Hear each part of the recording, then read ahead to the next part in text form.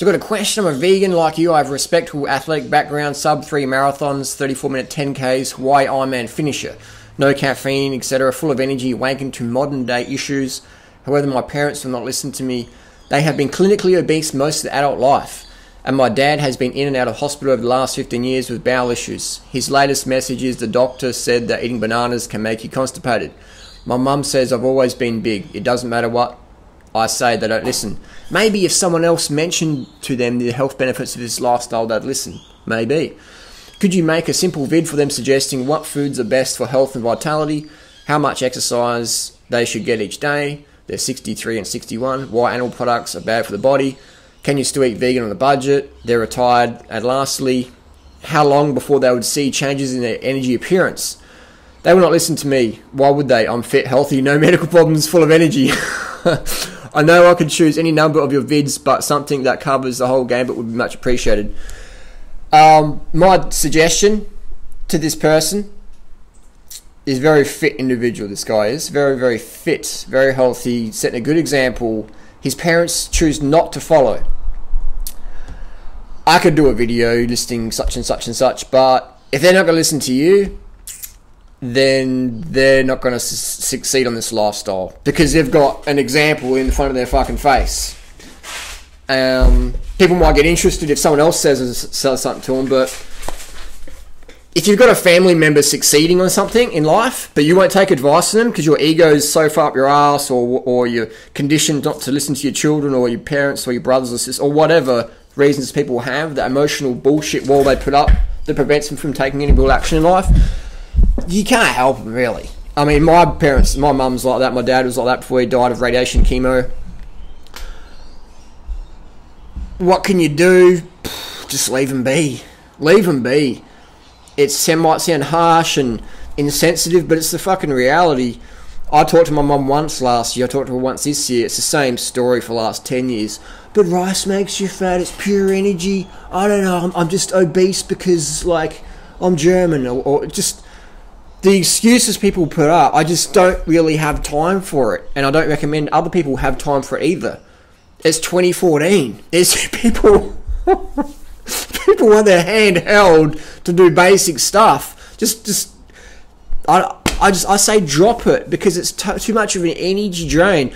And sure, it hurts like heck seeing our friends and family destroy their health by apathy and ignorance, but all we can do is put energy into ourselves and be the lighthouse shining so brightly that our example is undeniable. And for people who don't want to hit the rocks, they will go, oh, there's a lighthouse, I want to go around that way. I'm not going to smash into the rocks. Otherwise, it's too stressful. Life's too short. Life's too short. There's only so much time and energy in the day you have to allocate to things. I say allocate it to yourself and to be an example for others. And you do your YouTube videos, you do your blogs, or you write a book or whatever, and those who are interested will go, yeah, I'm going to study this. I'm going to make it a personal study. It's 2014. It's the age of the internet. You know, 8-year-old kids have got iPhones. They're Googling shit up. If a 60-year-old can't do that, there's no hope for them. Like my mother, she's in the same boat. It's that generation. I'm not saying they can't change. Sometimes they do change, but it's 99.999%. They will never change. So it's a waste. For me, it's a waste of my time and energy, which I did for 10 years, just trying to hammer my mum into like eating healthy. Same with my dad. I get the books, give them to him, and make them food and stuff. And I'm like, yeah, this is good. And as soon as you leave, they're back to normal. So it's a bit like getting an old rusty car and trying to turn it into a Porsche. You're better off just putting time into a Porsche. You know, don't get a Toyota Corolla rust bucket and try and convert it. It might work with a lot of time and money and frustration, but is it really worth it? Is it really worth it when there's so many people out there who want the information, who are willing to do the work? For me, I'll put my energy into them. It might sound shallow, and I don't have any interest to talk to my mother ever again, or my nan or whatever. I would love it if they got into the health wagon. I would fucking love it. But I don't have the time and energy to talk about the same shit over and over. Oh, Harley, you look too thin. You need to put on some weight. Eat some meat. I just don't have fucking time for it, man. I do not have time for it.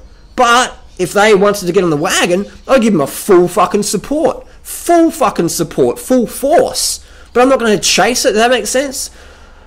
I'll keep the door open, but I'm not going to be standing in the door. Come on, come on, come on, come on, come on, come on, come on. Fuck that. The door's open. If you fucking want it, it's logical, it's rational. Here's the fucking door. Come and join the fucking party.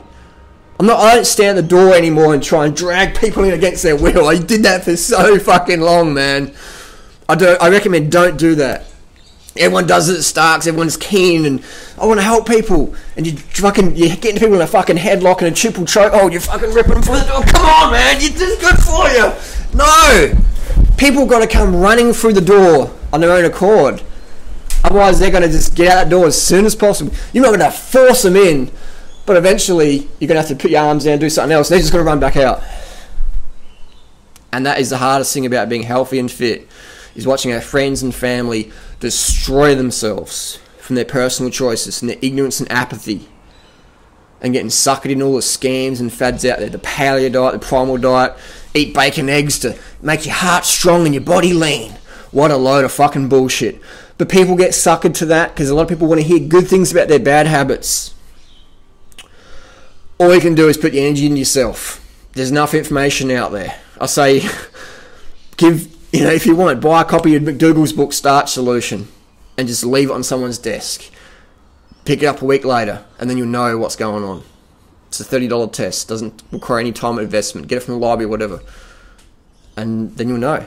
But just don't waste your life, man. Your life is so short. It's so fleeting. I cannot be fucked any more in my life trying to convince people of something they don't want to be convinced about. What's the fucking point? I'm going to put my energy into build my own presence on the internet, helping people help themselves get fit and healthy at the same time we help the planet. Bottom line, don't want it more for people than they want it themselves. You can lead a horse to water, but you can't make it drink. You can lead a person to the information, but you can't make them think. They got to do that themselves. Leave the door open, be the example. End of the day.